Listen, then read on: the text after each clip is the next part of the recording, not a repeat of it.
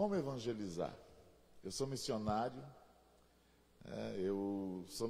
desde a Igreja Católica. Eu fui frade franciscano durante 10 anos da minha vida. Eu saí da minha casa, eu nasci num lar extremamente católico. Eu venho de uma família onde as pessoas diziam sempre o seguinte: nós somos católicos e nós vamos morrer católicos. E muitos morreram. Só que quando eu nasci, a minha mãe teve um problema sério de depressão pós-parto. E eu fui rejeitado. A minha avó, mãe do meu pai, que é a figura de mãe que eu tenho, a minha mãe biológica, inclusive, morreu no domingo passado. E eu sempre tive muita dificuldade, por exemplo, de relacionar por causa da rejeição. E por causa dessa rejeição, eu fui morar com os meus avós. A minha avó me levava todo domingo para a Igreja Católica. E eu vi o padre lá na frente, eu achava a coisa mais linda do mundo. O padre, para mim, a liturgia católica é uma coisa teatral, no bom sentido, é uma coisa que te envolve. E eu, com 7, 8 anos, pensava comigo: um dia eu quero ser igual a esse homem. Eu achava o padre a figura mais importante do mundo, né? Com aquelas roupas. E no meu tempo o padre andava de batina preta. Eu não sei se aqui vocês já viram isso, né? E quem era católico mesmo corria para beijar a mão do padre. O padre mandava mais do que o prefeito na cidade. Era uma coisa assim muito interessante. E aos 11 anos de idade eu resolvi ir para o seminário. Eu nem sabia o que era ser padre, eu nem sabia o que era ser, como é que fazia. E de repente eu fui colocado num convento franciscano, um convento de origem alemão. Esses alemães eram muito rígidos. E eu fiquei 15 anos da minha vida lá, me preparando para ser padre. O padre ele tem um conhecimento profundo da palavra de Deus. Eu estudei, por exemplo, 6 anos de teologia, filosofia. No final eu fui estudar fora do Brasil e pude estudar psicologia, um monte de dias. Saí dali sabendo tudo a respeito de tudo. E um ano antes de eu me formar, eu estudava na Itália, na década de 80, o meu superior chegou para mim e falou assim: olha, surgiu uma doença no mundo que está arrebentando com famílias, com jovens, e estava falando sobre AIDS. E nós, como franciscanos, a gente deve dar uma resposta ao sofrimento dessas pessoas que estão morrendo. E me desafiou a voltar para o Brasil para poder cuidar de doentes de AIDS. E eu vim. Eu comecei em 81, 82, a estudar um pouco a respeito do que era AIDS, porque ninguém nem sabia. Todo mundo sabia que era uma peste gay, eu não sei se vocês lembram disso. Todo mundo sabia que era uma doença quase como que um castigo. E o preconceito, a discriminação, tudo aquilo que vocês possam imaginar de coisa ruim aconteceu com a AIDS. E eu aprendi muito, em 10 anos de trabalho com doentes de AIDS, a viver o sofrimento humano. O sofrimento, o preconceito, a discriminação, o luto. Centenas de adolescentes e jovens eu acompanhei até a morte. Acompanhei familiares, por exemplo, que sofria a dor da morte do seu ente querido, geralmente todos os jovens. E trabalhando com os doentes de AIDS em casos terminais, eu comecei a também trabalhar na prevenção da AIDS. Então a minha vida toda, dentro da Igreja Católica, foi trabalhar com prostitutas, travestis, homossexuais e tudo aquilo que envolve as dificuldades humanas, né? Eu não sei outra coisa a não ser isso. De repente, eu trabalhava em hospitais, eu trabalhava em casa de apoio. A gente tinha uma casa que a gente teve que montar para acolher as pessoas que estavam morrendo. Eu comecei a ter contato com alguns protestantes. E os crentes, da onde eu trabalhava, eles eram impiedosos com o padre, com o frade. E todas as vezes que os crentes tinham oportunidade de falar comigo, eles chegavam geralmente com a Bíblia debaixo do braço e falavam assim: padre, o senhor sabia que se o senhor morrer hoje como padre, o senhor vai para o inferno? Olha que maneira gostosa de falar de Jesus, né? que maneira gostosa de falar do céu. Olha que maneira gostosa de fazer com que o padre tomasse a versão do crente. Eu não sei se aqui nessa cidade vocês têm esse tipo de crente, né? Narizinho empinado e que bate no peito. Eu sou salvo, o resto está tudo no inferno. Glória a Deus, aleluia. Tem uns crentes que parece que o céu vai ser só deles. Você já percebeu isso? É incrível. Então, toda vez que alguém me achava assim, olha, padre, se o senhor morrer hoje como padre, o senhor vai para o inferno. E um dia eu perguntei, um dia eu fiquei assim curioso para saber por que eu ia para o inferno. E eu perguntei para um homem, eu falei assim, por que eu vou para o inferno? E ele abriu a Bíblia no Salmo 115. Vocês conhecem o Salmo 115? Tem olho, mas não enxerga. Tem boca, mas não fala. Tem nariz, mas não cheira. Tem não sei o que, mas não sei o que. O senhor vai para o inferno porque o senhor é idólatra. Como se a idolatria fosse só imagens de escultura. Eu peguei um trauma do Salmo 115 tão grande, porque todos eles quase usavam o Salmo 115 para me falar que eu ia para o inferno, que meu único problema era a idolatria. Só que eu tinha problemas muito maiores do que a idolatria. 2 anos depois de ter me formado, de estar trabalhando, de estar fazendo um monte de coisa na área social da igreja, porque os franciscanos trabalham mais na área social, eu tive uma enfermidade que quase me levou à morte. Eu tive uma doença que eu não sei se vocês já ouviram falar aqui. Essa cidade parece ser muito tranquila. Eu acho que essa doença não chegou aqui. Mas eu tive uma doença chamada depressão. Quem já ouviu falar em depressão? Tem aqui? E crente tem depressão também? Ah, não. Você está brincando. Não tem, gente. Pelo amor de Deus, crente. A depressão é a pior doença que existe na face da terra. Eu não consigo enxergar uma doença pior do que a depressão. Primeiro porque eu estudei muito a respeito disso. E segundo porque eu vivi isso. Eu tive uma depressão, eu não tive uma depressão de baixa astral, às vezes a gente acorda triste, porque hoje essa palavra foi banalizada, né? Qualquer coisinha é depressão. Tem gente que tem até orgulho de falar, eu sou deprimido, tem depressão bipolar. Tem depressão tripolar, sei lá, tem tantos tipos de depressão, tem mais de 150 tipos de depressão. Eu tive uma depressão severa. A depressão severa é aquela que deixa você totalmente desestabilizado em todas as áreas, emocionais, afetivas, são complicações violentas. Como eu trabalhava na área de saúde, isso eu estou falando de 30 anos atrás, a depressão ainda não tinha tantos tratamentos sofisticados como tem hoje.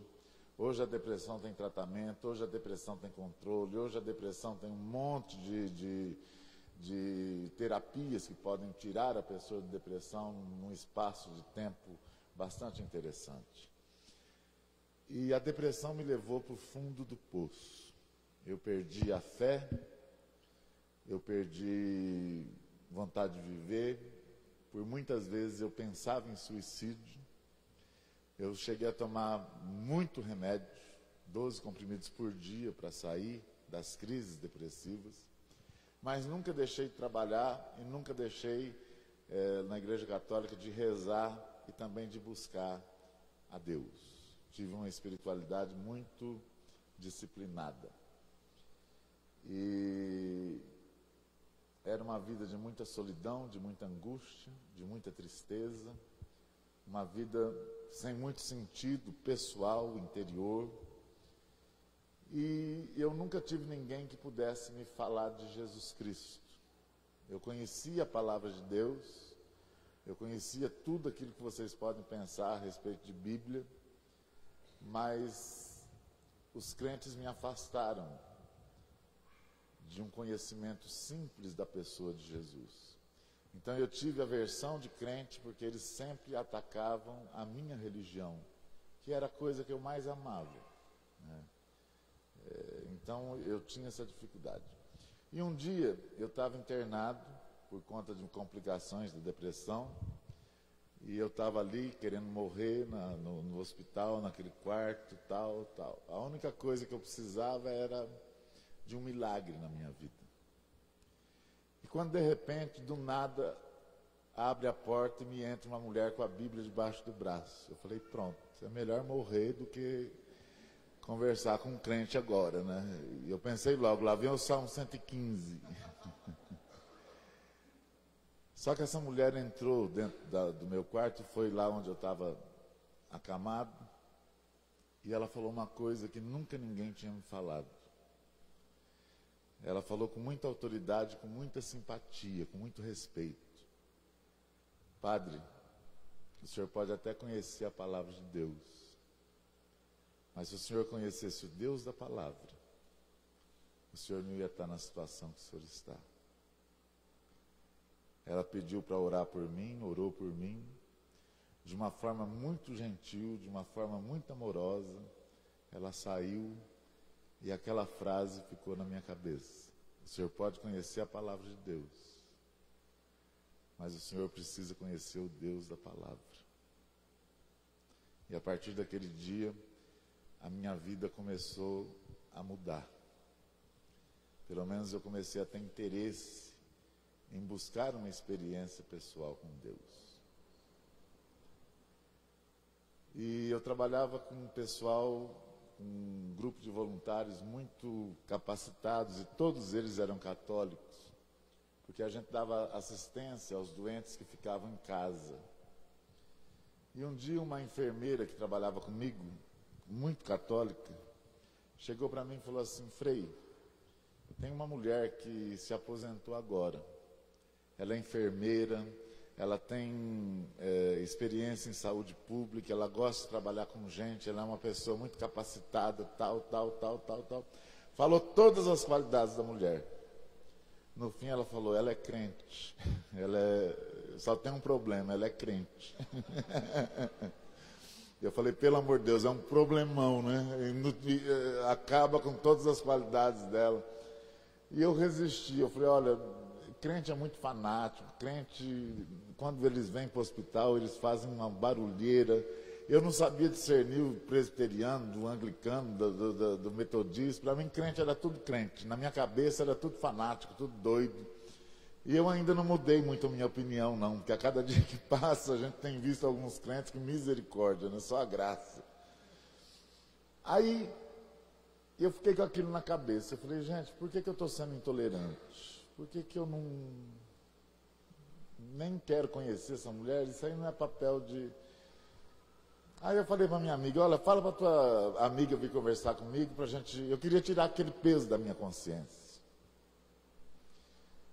E um dia, para minha surpresa, ela entra na minha sala, só que aí antes eu me preparei. Estudei o Salmo 115. Na época já estava tendo algumas coisas de negócio de prosperidade, estava tendo alguns escândalos em relação a crentes. Eu me armei com unhas e dentes e pensei comigo, né? No consciente mesmo, não foi inconsciente não. Eu falei, hoje eu quero arrebentar com essa crente. Se ela vier com um papo de... E a hora que ela entrou na minha sala, a primeira coisa que eu notei é que ela não tinha cara de crente. Porque tem gente que tem cara de crente, né? Não tem? Eu rodo por aí, né, muito, e a gente vê... É difícil a gente errar, quando a gente olha, principalmente mulher, né? Não, aquela é crente. Se tiver um coquinho, então... Né? E tem uns homens também que... Ela entrou na minha sala com um sorriso, transmitindo uma paz, uma alegria. Nós começamos a conversar e eu doido para que ela me provocasse, falasse mal da minha igreja. Em nenhum momento, o tempo foi passando, mais de 1h30 de conversa, aquela mulher tinha conquistado a minha confiança. E eu comecei a pensar, essa mulher não é crente nem aqui, nem na China. não é crente. E eu falei, olha, se a senhora quiser fazer uma experiência, a gente vai por 30 dias, 2 meses, a senhora vai ajudar a gente a visitar os doentes que estão em casa. Só que aí eu coloquei os limites. É proibido levar a Bíblia, é proibido orar, é proibido falar de igreja, é proibido falar de Deus. O nosso trabalho é um trabalho técnico. Aí eu pensei, se ela for crente, ela não vai aceitar, né? Eu falo, não, é isso mesmo, a gente está aí para... Eu falei, pronto, não é. E eu comecei a notar que todos os doentes que ela visitava, eu comecei a notar que esses doentes começaram a ter pequenas melhoras emocionais. Todos morreram, ninguém foi curado. Mas onde essa mulher ia visitar, a família ficava em paz, os doentes ficavam mais tranquilos. Era uma coisa assim que me chamou muita atenção. E eu fiquei preocupado porque eu falei, essa mulher deve estar indo orar, essa mulher deve estar, sei lá, fazendo o quê? Para que essas pessoas tenham um comportamento mais humano diante da doença. E conforme ela visitava, dali um pouco eu ia lá. E perguntava o que tinha acontecido, né? E em nenhum momento essa mulher falava de Deus, falava de evangelho, falava de igreja. Mas a presença dela era uma presença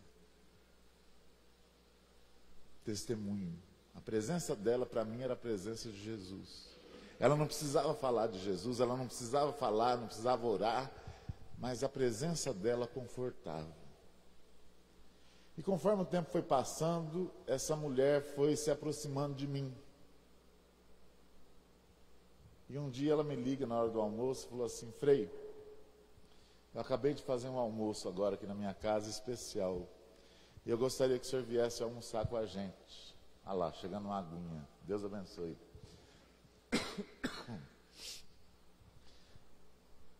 E eu fui. Quando eu cheguei lá, foi uma cena muito engraçada. Era uma casa muito bonita, muito grande. E quando abriram a porta da casa, eu dei de cara na sala com o esposo dela sentado numa poltrona bem bonita, lendo a Bíblia. E de repente, a porta fechou. E eu vendo aquele homem lendo a Bíblia, eu falei, pronto, agora vai ser uma lavagem cerebral do Salmo 115, né? E eu não tirava aquilo da cabeça. Só que ele se levantou, fechou a Bíblia, me abraçou. Eu fiquei lá muito tempo, almocei. Em nenhum momento foi falado a respeito de igreja.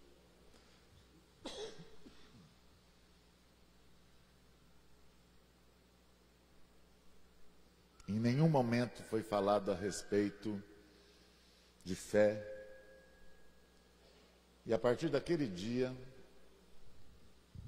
a minha vida foi invadida pela amizade desse casal.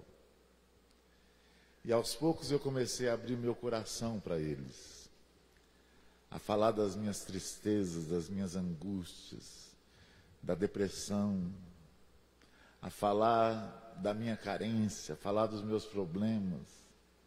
E toda vez que eu me desabafava com eles, eles não me falavam, olha, você tem que se converter, você tem que...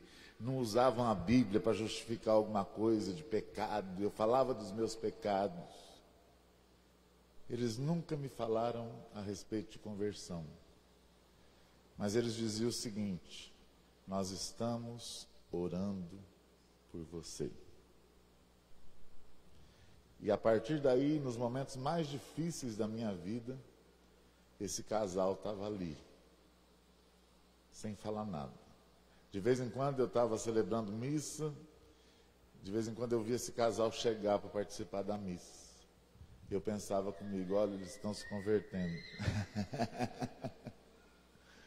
E depois que acabava a missa, eles iam lá na sacristia, e a gente conversava, e eles falavam do sermão, E a gente sempre saía para comer alguma coisa e nunca me falaram. Eu nunca fiquei sabendo depois que eles eram presbiterianos, mas eu não sabia nem que igreja eles frequentavam. Eles oraram por mim por mais de 8 anos.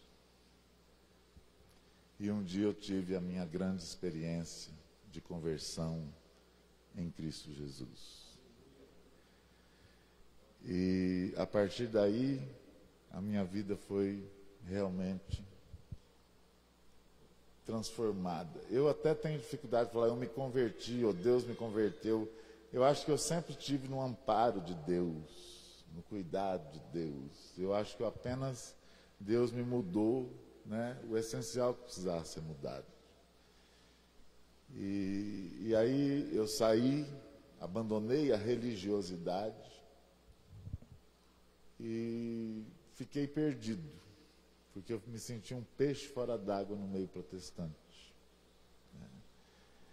E graças a Deus, um pastor em São Paulo, de uma igreja chamada Igreja Evangélica da Vila Iara, pastor Ageu Silva, um grande servo de Deus, ele e a esposa dele me acolheram e me discipularam e me ensinaram os primeiros passos.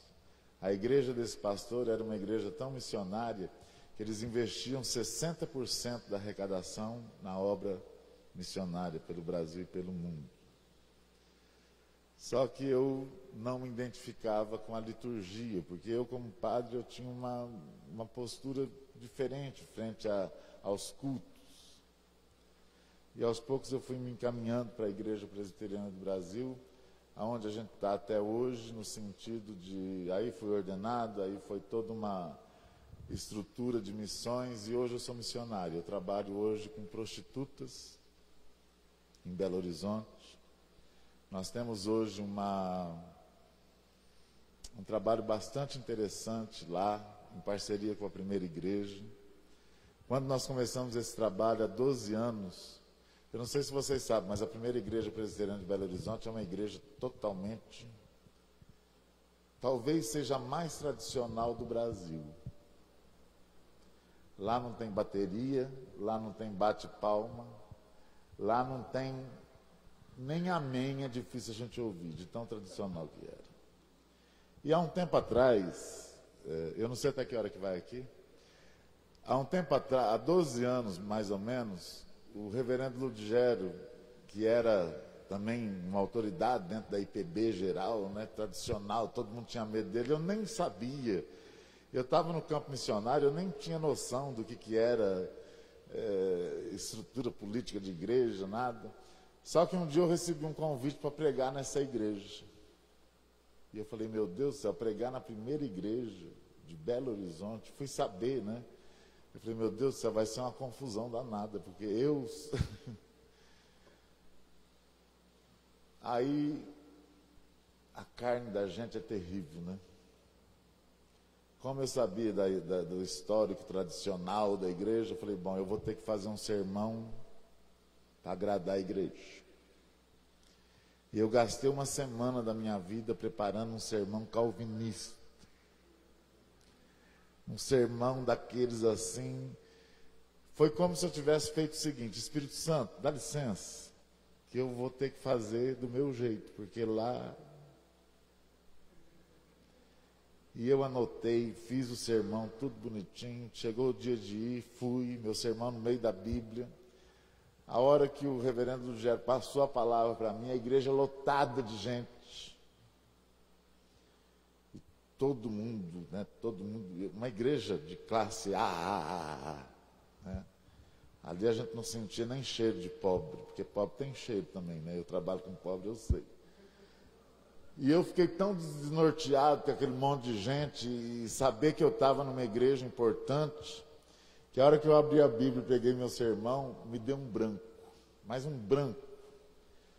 Um branco daqueles que eu não lembrava, eu não conseguia enxergar o que eu tinha preparado. Naquele momento eu me senti ridículo. Aí eu fechei os olhos rapidamente, falei, Espírito Santo, volta, porque aqui não vai ter jeito, é o Senhor mesmo. E Deus me deu uma graça tão grande que quando eu comecei a pregar, eu só via gente chorando. Eu só via gente desconfortável. E eu preguei a respeito de missão de uma forma muito simples, de uma forma muito objetiva, tal. E eu olhava para o reverendo Ludgero, não via reação nenhuma. Eu falei, nossa, nunca mais eu volto aqui, né? Nunca mais, acabou. E olha lá se eu prego em alguma igreja ainda presbiteriana. Depois que terminou o culto, fomos à porta da igreja, lá se prega com toga, né? E cumprimentando todo mundo. De repente chegou um senhor muito bem vestido e falou assim, eu sou presbítero aqui nessa igreja há mais de 30 anos. Eu sou vice-presidente do conselho. Eu falei, vixe, vai começar pelo vice, né? Porque presbiteriano tem costume, né, de corrigir sermão, dar um pito no pastor. Eu falei, meu Deus do céu. Ele falou assim, olha, há muitos anos eu não fui tocado, eu não tinha sido tocado como eu fui tocado hoje com a palavra que Deus colocou no teu coração. Ele falou, eu estou me sentindo inútil, eu estou me sentindo um péssimo servo de Deus. E aí ele, conversando, ele falou assim, aqui nas imediações da nossa igreja, tem muitas prostitutas e muitos travestis. Nós nunca, como conselho dessa igreja, distribuímos um folheto para uma pessoa dessa. Muito pelo contrário, nós resolvemos, em reunião do conselho, a pedir proteção da polícia nos horários de culto e nos horários de atividade da igreja. Mas nós nunca trouxemos uma pessoa dessa para dentro da nossa igreja.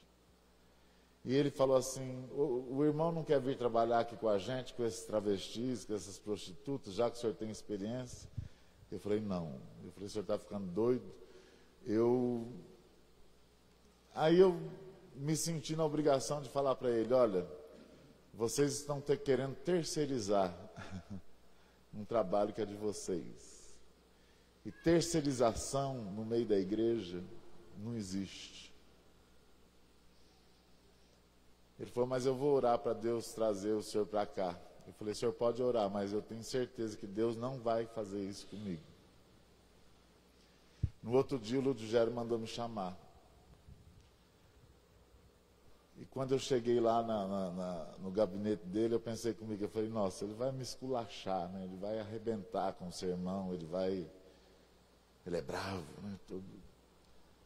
Só que nós começamos a conversar, e eu tinha pregado de manhã, e ele falou que durante todo aquele domingo, ele foi procurado por pessoas para falar do mesmo problema que o presbítero me falou.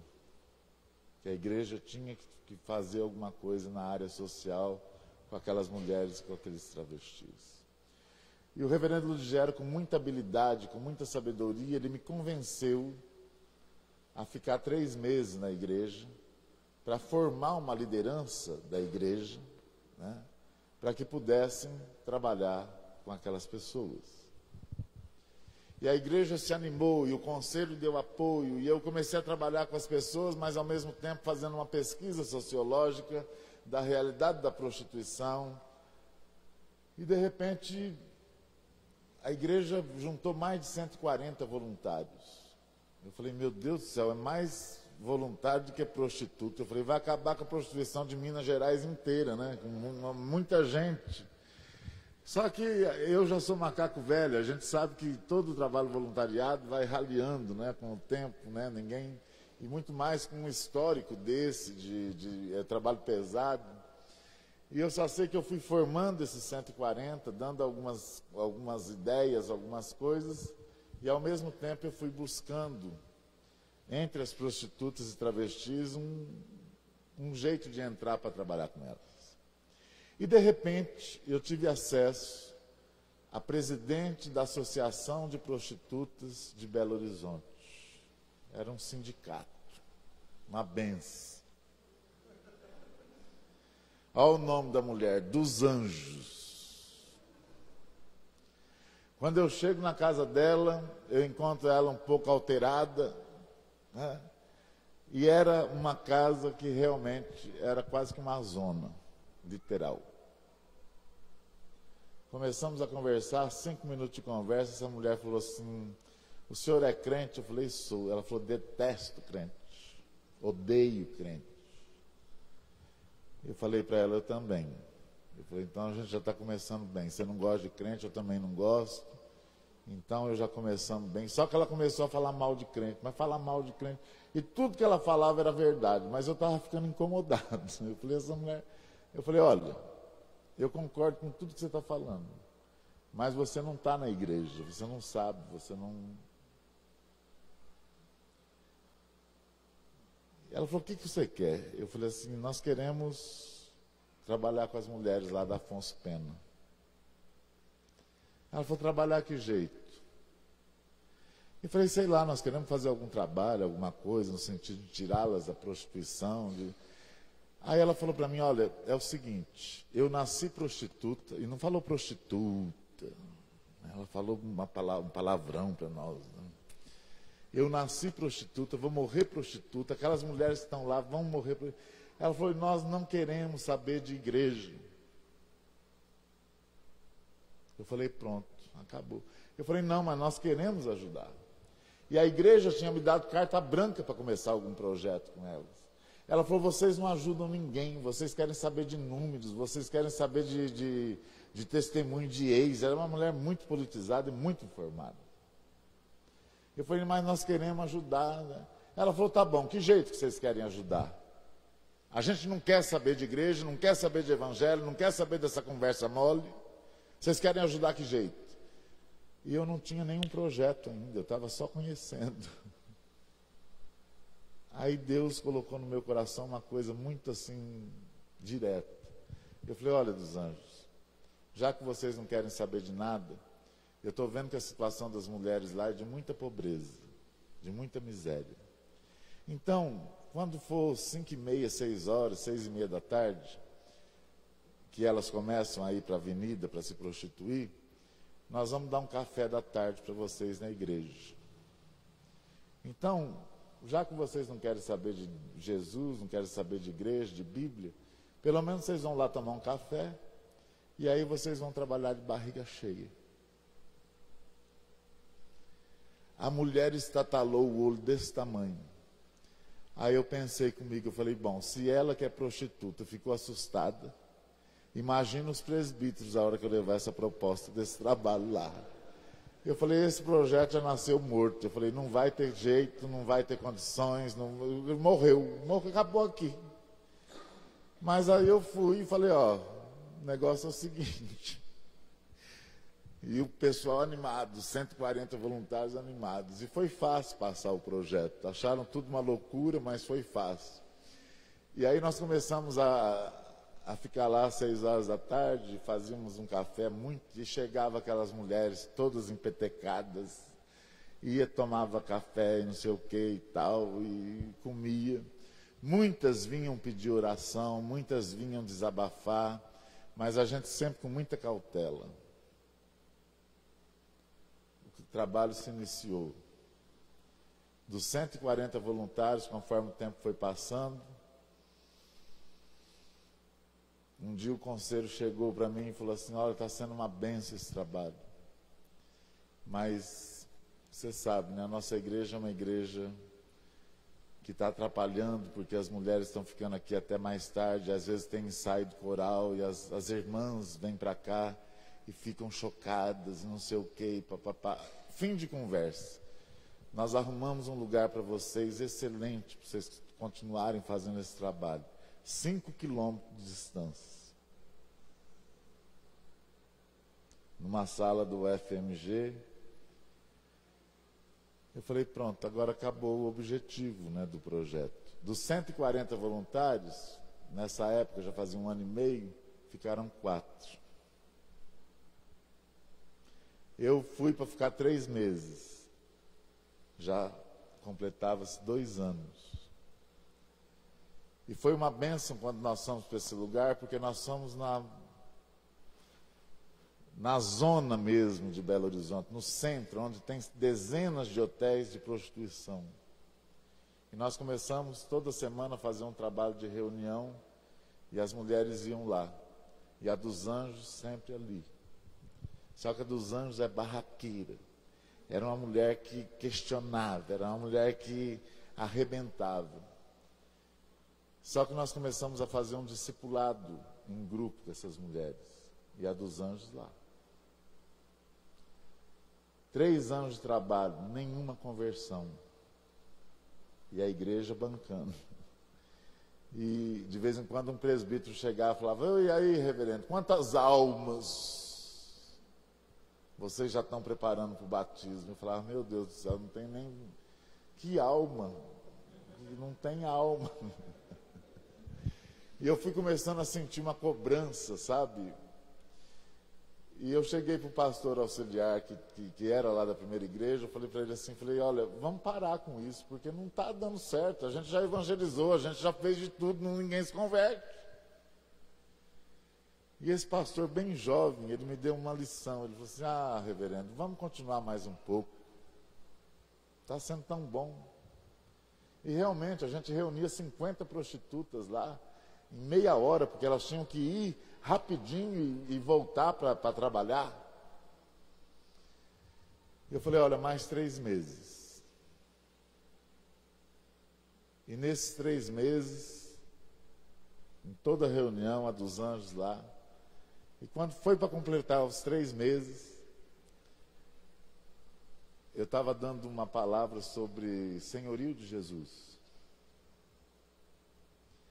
E no meio do meu estudozinho pequenininho, que tinha que ser rápido, a dos anjos levantou a mão e falou assim: pastor, eu posso falar um negócio? Eu falei: pronto, acabou a reunião. Acabou. Ela deve ter ouvido alguma coisa que não gostou. E eu falei: fala, dos anjos. E quando eu falei fala, essa mulher começou a chorar. Mas era um choro que vinha lá de dentro, um choro. E ficou todo mundo assustado. As mulheres ficaram loucas e eu fiquei mais assustado ainda. De repente ela foi se acalmando. E eu falei: fala, dos anjos, o que foi? Ela falou: pastor, faz 3 anos que eu estou acompanhando tudo isso aqui. O senhor lembra a primeira vez que o senhor foi na minha casa, que eu falei que eu tinha nascido prostituta e ia morrer prostituta? Eu falei: lembro. Ela falou: pois é, pastor, eu estava enganada. Nesses 3 anos, a palavra de Deus entrou no meu coração. E eu estou desesperada porque eu não sei o que eu faço. Eu acho que eu estou me convertendo. Olha só que simplicidade. E a partir daí, essa mulher se converte ao Evangelho. E ela abre a casa dela para um trabalho missionário. E através dessa mulher e através do poder de Deus, nós já conseguimos tirar mais de 300 mulheres da prostituição. Esse trabalho tem sido uma bênção. Esse trabalho tem sido de um aprendizado para a minha vida que vocês não têm noção. Eu tenho procurado, nós vamos todo mês na zona, na Guaicurus. E quando a gente chega lá, que elas ficam sabendo, elas começam a descer dos hotéis, e elas vão lá, elas pedem oração, elas querem desabafar, elas querem, sabe, tem mulheres que chegam lá. Eu tive uma experiência, o ano retrasado, de uma mulher que falou para mim: olha, eu estou aqui para ajudar minha filha a se formar. Mas eu estou para sair daqui, Deus vai me tirar daqui. E a gente não força nada, a gente não... E um dia ela chegou para mim, e lá elas chamam a gente de reverendo. Elas não... Eu nem sei se ela sabe o que é reverendo, mas ficou reverendo. Uma mulher chegou para mim e falou assim: reverendo, eu queria ajudar o trabalho missionário de vocês. O senhor aceita uma oferta vinda de mim para o trabalho aí? Eu falei: lógico que eu aceito. E é uma benção. Eu só sei que todo mês essa mulher dá uma oferta para a obra entre as mulheres lá. Tenho trabalhado em Sergipe, um dos estados mais pobres do Brasil em termos de igreja. Nós já estamos lá há mais de 20 anos. São lugares paupérrimos que vocês não têm noção. Nesses 20 anos, nós já já formamos 7 congregações presbiterianas. Lá o que falta para nós são obreiros. Já pela graça de Deus já foram ordenados pastores presbiterianos que fizeram curso por correspondência, CPO, sei lá o quê, e foram ordenados, são pessoas quase que semi-analfabetas. Mas que quando a gente vai lá, a gente vê esses reverendos, pastor, eu me sinto envergonhado, com toda a minha teologia, com todo o meu conhecimento. Eles dão de 10 a 0 na compaixão, no amor pelo Evangelho. Antigamente, hoje não, hoje eles têm moto, têm perua Kombi, mas quando nós começamos lá, eles iam de bicicleta, 8, 10 quilômetros, para dar uma aula de escola dominical. Muitas vezes são povoados tão pobres que vocês não têm noção, é um outro mundo, é um outro Brasil. Eu, dessa última vez que eu estive lá, numa congregação chamada Massadiço, é uma comunidade rural, uma congregação rural, uma escuridão, só tinha luz na igreja, sem poste de luz, uma pobreza danada. O culto começava às 7 horas e foi dando 10 para 7, nada. E eu falei para o obreiro, eu falei assim, escuta, Jailson, não vai ter... Eu fui para celebrar a ceia para eles. Ele falou, não, o povo chega. E o povo começou a chegar.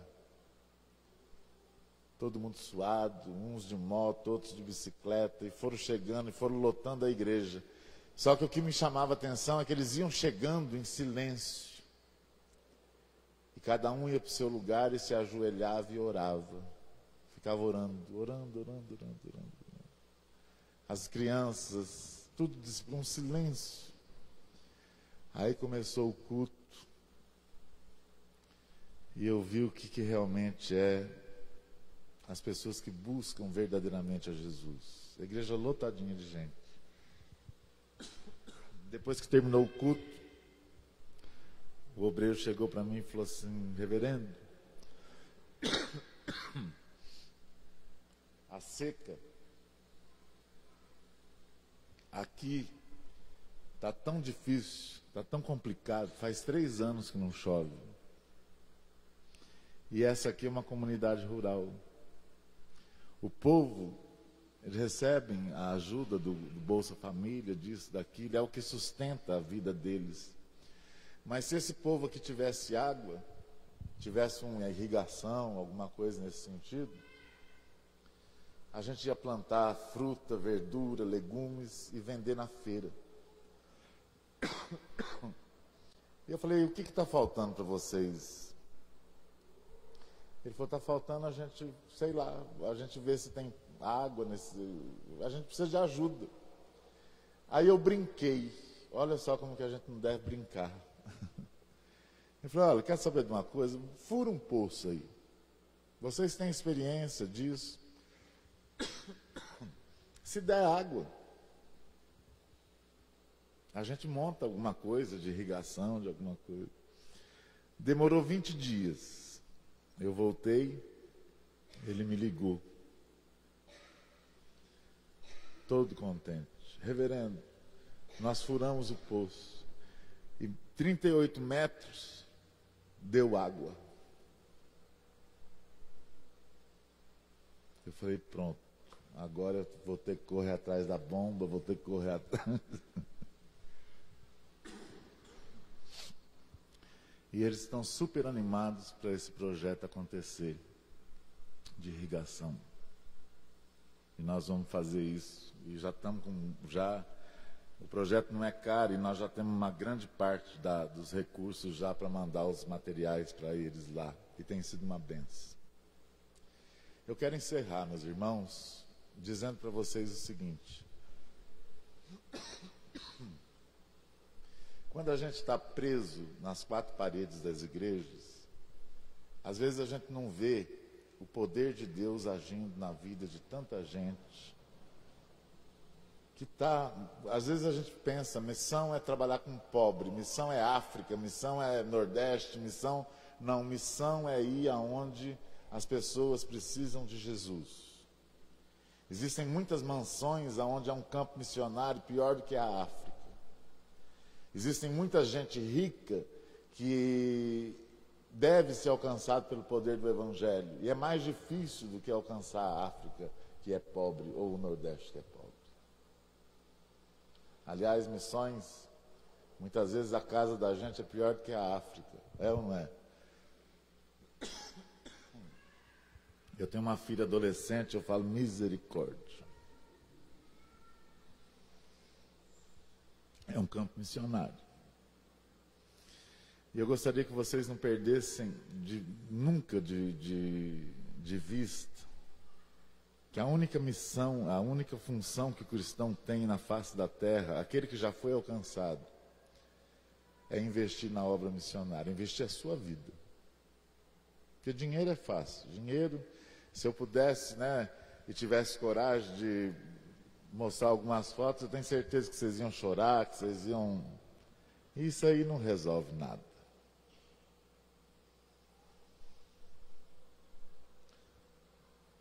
Eu quero terminar contando uma experiência que eu tive há muitos anos no Nordeste. Eu fui convidado para pregar e eu já encerro com isso. Só que eu queria que você prestasse bastante atenção. Um dia, alguém me ligou a cobrar. Eu morava nessa época em Recife. E quando eu atendi o telefone, que era aquela musiquinha cobrar, eu pensei comigo, eu falei, bom, quem liga cobrar na casa de um missionário, o mundo deve estar acabando, né? Porque não é possível um negócio desse, deve ter morrido alguém. E quando eu atendo, era um pastor. Ô, missionário, o senhor não me conhece? Eu falei, bom, se conhecesse então... E ele me disse, olha, eu estou aqui no interior da Paraíba, no sertão, e a gente estava querendo que o senhor viesse pregar aqui, porque essas histórias de ex-padre lá no Nordeste fazia muita gente se converteu, aquela coisa toda. Eu nunca concordei com isso, mas Deus sabe o que faz. E aquele homem dizia o seguinte, eu queria tanto que o senhor viesse pregar aqui, mas nós somos tão pobres que a gente não tem condições nem de... Eu falei, meu irmão, quando ele falou que era pobre, eu falei, pronto, já não dá nem vontade de ir, né? Porque eu vou ter que pagar para ir lá.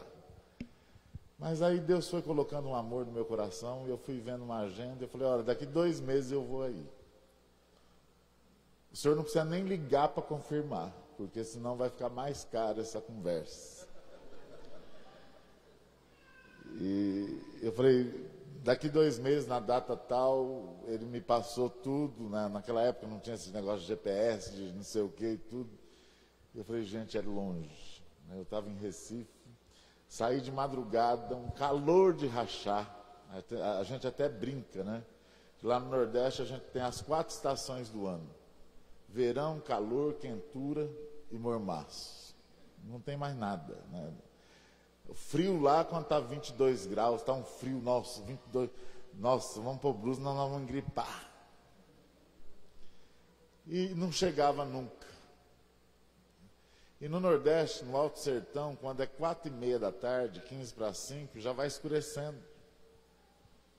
Lá escurece super rápido. Só que também 5 horas da manhã, o sol já está arrebentando. E foi escurecendo, eu fui pensando, falei, meu Deus do céu, eu preciso chegar lá, pelo menos tomar um banho, porque eu não estou aguentando, eu estou fedendo, eu estou suado, eu estou cansado de um banho, né? Cheguei, um povoado pobre, pensa numa pobreza, tudo casinha de pau a pique, uma coisa horrível, um negócio pavoroso. E de repente, eu estou lembrando aqui, muita gente deve estar pensando, nossa, ele não abriu nem a Bíblia. Eu vou encerrar com a Bíblia aberta, pode deixar. Chegamos lá, a hora que eu cheguei, eu me deparei com um monte de criança brincando na rua. Eu falei, onde é que mora o pastor aqui? E só tinha aquela igreja. O pastor todo mundo conhecia. É ali. A hora que eu cheguei na porta da casa dele com o carro, ele saiu de lá todo feliz. Glória a Deus, aleluia, uma alegria tão grande. O irmão veio mesmo, e é bem... vamos para a igreja. Eu falei, pronto, não chamou nem para entrar, né? Me ofereceu um copo d'água, um banho, então, nem pensar, né? Eu sabia que ali era difícil tomar banho. Quando a gente chega na igreja, era uma construção que dava até medo da gente entrar. Chão batido, bancos velhos, luzinhas fracas, um púlpitozinho pobre, não tinha som, não tinha instrumento, e a igreja lotada de gente. Gente até para fora, porque tinha umas janelonas grandes, e o povo rindo, o povo feliz, o povo ali, e eu pensando comigo, esse povo está rindo de quê? No meio de uma pobreza dessa. Esse povo está feliz porque a felicidade daquele povo começou a me incomodar. E aí começa o culto. E começaram a cantar uns corinhos antigos, numa desafinação que eu falei, misericórdia, o Espírito Santo vai embora daqui a pouco, não vai ficar ninguém. Mas uma desafinação completa. Só que de repente eu comecei, talvez, Deus me permitiu ouvir aquela desafinação toda, com os ouvidos, talvez, espirituais, sei lá o quê. Não sei, não entendo disso.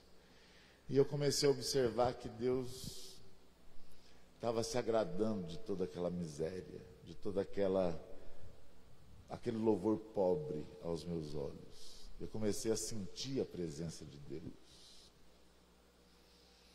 E de repente o pastor fala, agora nós vamos recolher os nossos dízimos e as nossas ofertas. Eu falei, lascou, não vai ter nada aqui não. E ele de forma muito discreta, ele falou, enquanto os irmãos vão trazer os dízimos e ofertas, nós vamos cantar o hino Chuvas de Bênçãos. Vocês conhecem, né? E começaram a cantar e nada. E eu sentado ali, eu falei, bom, se ninguém está indo, eu também não vou.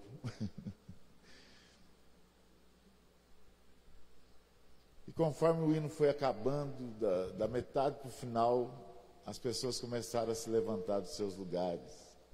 E começaram a ir lá para frente, com um monte de coisas nas mãos. Mandioca, abóbora, ovo, manga, jaca.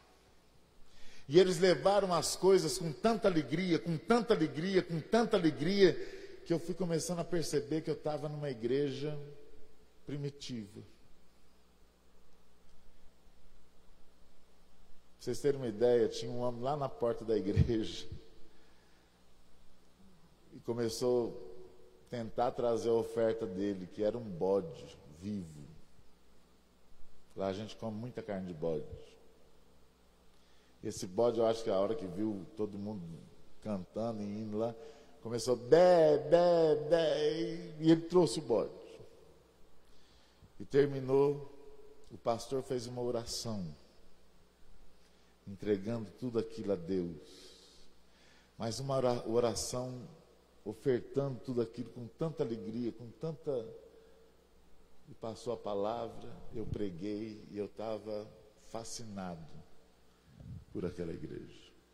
Termina, todo mundo querendo conversar, muita gente. O pastor chegou para mim e falou assim, meu irmão, nós não temos condições de te dar nada. Se o irmão quiser pegar alguma coisa do que nós arrecadamos, o irmão fica à vontade. Foi muito bom, foi uma benção. Ele falou, eu preparei uma casa aqui para o irmão descansar. É uma casa de um casal. E ele me levou para lá.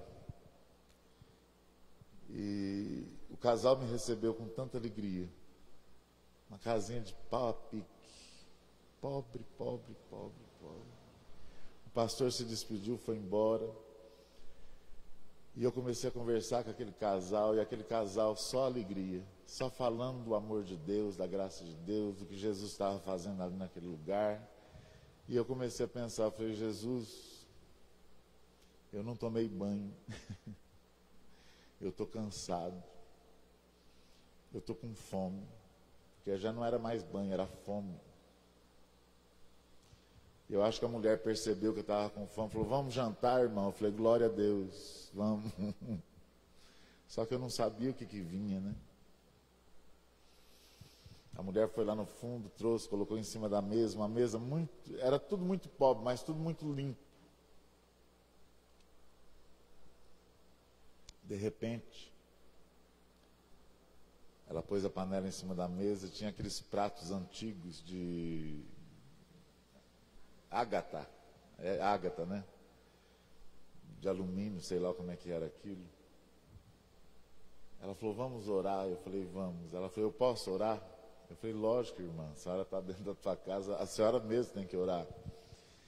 E aquela mulher começou a fazer uma oração, que eu comecei a ficar envergonhado da minha fé e da minha espiritualidade. Porque na oração daquela mulher existia tanta gratidão, tanto louvor, que eu comecei a ficar... Ela orou pela viagem que eu fiz, pelo culto que tinha tido, agradecendo a tudo. E a hora que chegou na hora do alimento, ela chorando, ela falou, Senhor, muito obrigado, porque nada tem faltado na nossa mesa, o Senhor tem nos sustentado. E orou, e eu comecei a pensar, falei, gente, na minha casa... Na época, eu tenho 2 filhas, eram tudo pequenas, era uma confusão para orar. E aquela mulher fazendo aquela oração de gratidão. De repente ela parou de orar, acabou a oração, ela abriu a panela, era uma panela de mandioca cozida. Aí eu pensei comigo, eu falei, ela vai buscar o resto das coisas, né? Porque mandioca é bom com carne, né? Uma costelinha de porco, uma costela.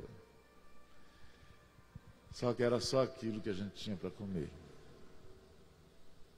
Ela encheu o meu prato, serviu o esposo, ela, e nós começamos a comer aquela mandioca.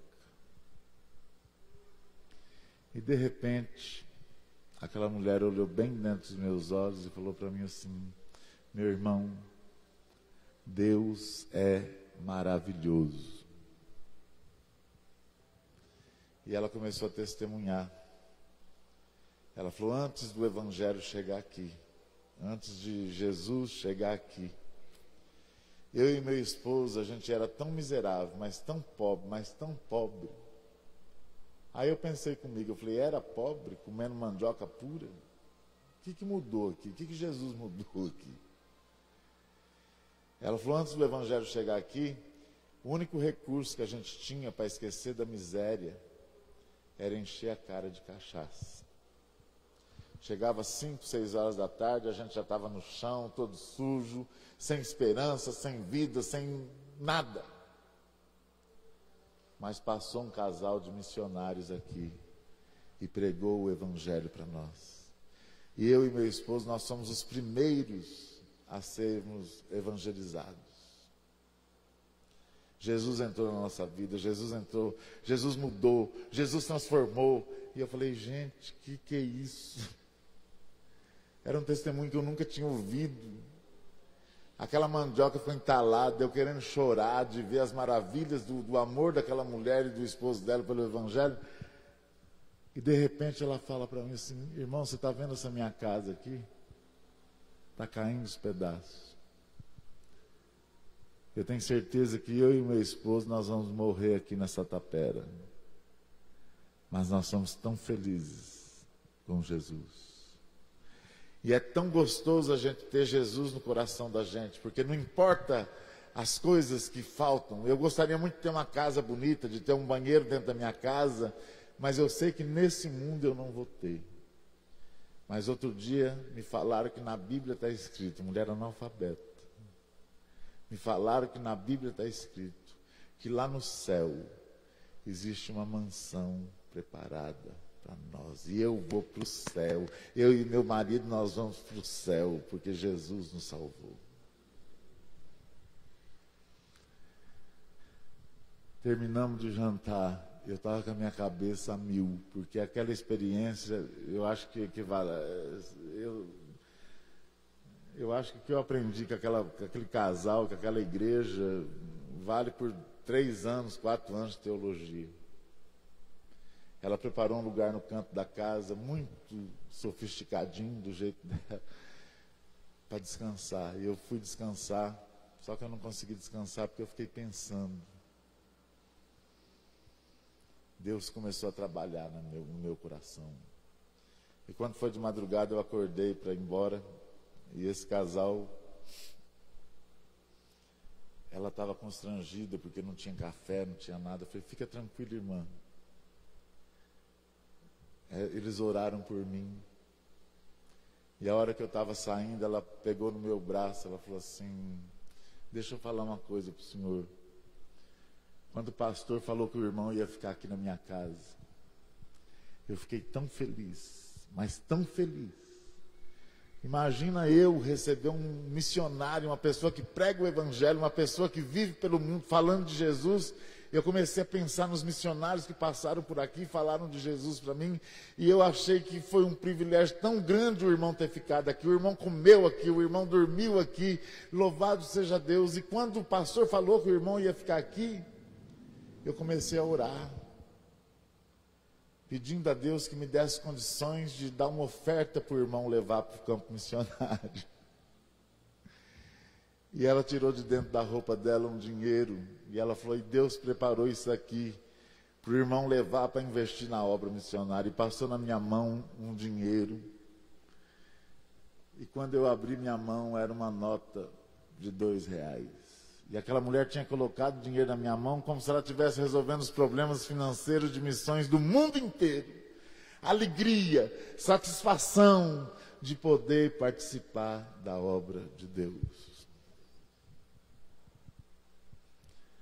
Aí eu não aguentei, eu comecei a chorar, eu abracei aquela mulher e eu falei, olha minha irmã, você não tem noção do que Deus fez na minha vida. Essa oferta sua aqui, a senhora sabe que R$2 é uma oferta, talvez foi a menor oferta que eu já recebi.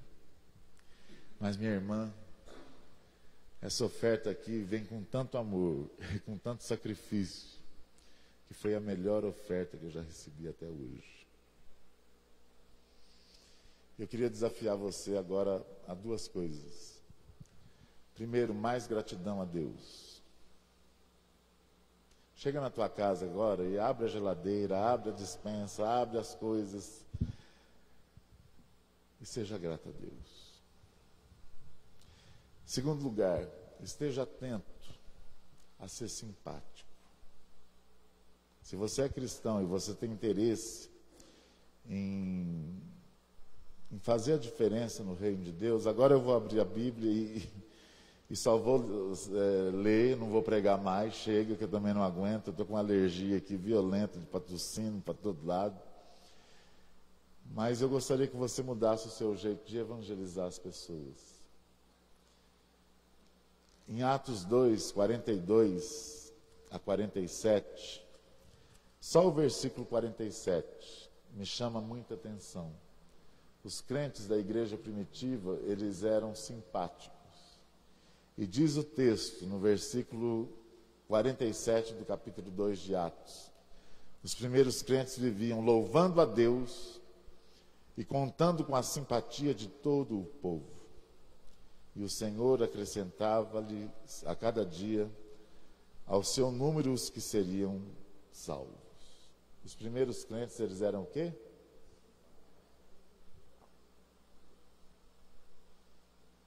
Deus usou um casal que foi simpático comigo. Eu gosto muito quando Jesus fala, olha, antes de você tirar o cisco do olho do teu irmão, tira a trave que está no seu olho. Eu espero que você saia daqui hoje sabendo que Jesus é muito mais do que a gente imagina. E Ele quer nos usar de forma poderosa. Então, gratidão. Chega na tua casa, seja grato. Quem quiser conhecer melhor o nosso ministério, nós temos um site www.nossamissão.com.br. Missão é uma coisa, ao mesmo tempo, uma bênção para quem está no campo missionário, experimentando o poder de Deus, mas missão é uma coisa muito angustiante. É uma angústia, talvez, eu estou sendo masoquista, mas é uma angústia gostosa, porque nós precisamos de recursos para fazer a obra missionária. Eu estou há mais de 20 anos em missões e nunca tivemos um momento de folga, de tranquilidade. E a gente faz tendas para poder manter a obra missionária. E as tendas que nós temos são livros. Então, você comprando o material que nós temos aqui, você vai estar investindo na obra missionária. Esse livro aqui, da Letra à Palavra, é muito bom para você evangelizar. Seja católicos, esse livro fala da minha experiência com Deus sem agredir o católico. É muito bom, quem puder comprar mais exemplares para dar de presente, você vai estar abençoando o nosso ministério. Esse livro eu escrevi há uns 6 anos passados. Fala sobre missões, um monte de coisa, mas Deus tem usado esse livro aqui para pessoas que estão em depressão. Eu não sei porquê, mas eu tenho recebido pessoas que mandam um recado dizendo: olha, esse livro me ajudou a sair de uma crise, esse livro tem me ajudado a me conscientizar do estar a serviço do reino. Então tem sido uma bênção esse livro aqui. E esse aqui, nós ganhamos os direitos autorais. É de um ex-padre também, doutor em teologia, uma pessoa que tem uma espiritualidade muito interessante. Ele é da Igreja Presbiteriana Independente hoje e dá aula de teologia. Venha o teu reino. É quase um devocional a respeito do Pai Nosso. Esse livro aqui também tem ajudado muita gente a ter um melhor relacionamento com Deus. Eu estava falando com o pastor, tem 2 CDs aqui, volume 1, volume 2, de hinos antigos, de hinos que foi gravado pelo grupo Vineyard. Então são 38 mensagens, então 19 hinos e 38 mensagens. Então é um hino e uma mensagem, um hino, uma mensagem pequena, evangelística. E eu gostaria de pedir para vocês, nós estamos precisando muito de dinheiro, não é muito mesmo. Nós temos o projeto lá do Poço Artesiano, que não vai ficar barato, nós temos um pouco já de dinheiro. E temos um projeto agora também que vai beneficiar mais de 3.000 pessoas numa região do Nordeste da Bahia. É um povoado que tem 500 pessoas, só que ao redor desse povoado tem pequenos povoados. E eles não têm, por exemplo, uma padaria. E nós estamos montando uma padaria lá, que vai ser fonte de renda e vai beneficiar essa população. Maiores informações a gente pode dar depois, mas nós estamos precisando de muito recurso.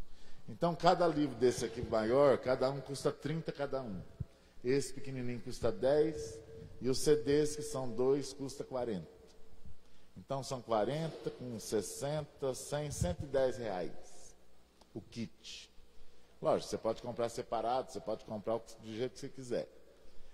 Eu poderia falar para você: olha, é material ungido com óleo da prosperidade. Eu ungi esse material com óleo de peroba da prosperidade. Vai estar sendo vendido lá. O Carlinhos, que é missionário junto com a gente, está lá. Nós temos maquininha de cartão.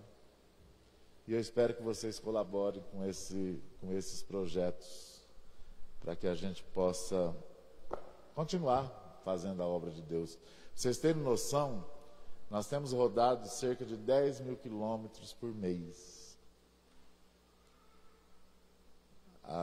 Graças a Deus nós temos um carro a diesel, uma caminhonete. O mês passado quebrou, né? Já está com quase 400.000 quilômetros. Então tudo isso, né? Vocês investindo, se cada crente ajudasse com um pouquinho, ou se cada igreja investisse na obra missionária, nós não estaríamos passando por tantas lutas e dificuldades. Amém? Vamos ficar de pé. Falei demais. Diz que aqui em Minas tem um ditado que diz que quem fala demais dá bom dia a cavalo, né? Mas eu espero que não tenha sido desse jeito. Deus, nós bendizemos o teu nome. por tudo aquilo que o Senhor é. E reconhecemos a Deus que muitas vezes nós não somos gratos por aquilo que o Senhor tem nos dado. Nós murmuramos, nós reclamamos, e muitas vezes nós não queremos pensar em buscar em primeiro lugar o Seu reino. Perdoa as nossas faltas nesse sentido e coloca paz no nosso coração, para que a gente possa ser úteis na face dessa terra em relação ao Seu reino. Oramos agradecidos por essa igreja, pela vida do pastor dessa igreja, os presbíteros, diáconos, todas as sociedades internas que funcionem aqui, que essa igreja possa continuar sendo uma bênção no Seu reino. Oramos em nome de Jesus. Amém. Amém, irmãos? Graças a Deus pela sua palavra, graças a Deus por esse testemunho tão abençoado. À noite o pastor vai pregar mais uma vez, a gente vai estar aqui para celebrar a ceia juntos, vai ser um culto muito alegre. E no próximo domingo nós vamos ter a continuidade da nossa aula da Escola de Ministérios. Então, vocês venham para cá, o pessoal que se inscreveu para a Escola de Ministérios, a gente continua no domingo que vem. Amém? Adquiram os materiais ali. Se você não trouxe nem dinheiro, nem cartão, à noite que você vai estar aqui, você pode adquirir à noite, vai estar exposto ali também. E com isso você vai estar contribuindo com a obra missionária. E Deus estará sendo glorificado mais uma vez. Amém? Vamos curvar a cabeça e receber a bênção. E agora, irmãos, que a graça maravilhosa do Senhor Jesus Cristo, o amor de Deus, o nosso Pai, a virtude consoladora e poderosa do Espírito Santo repouse sobre vós.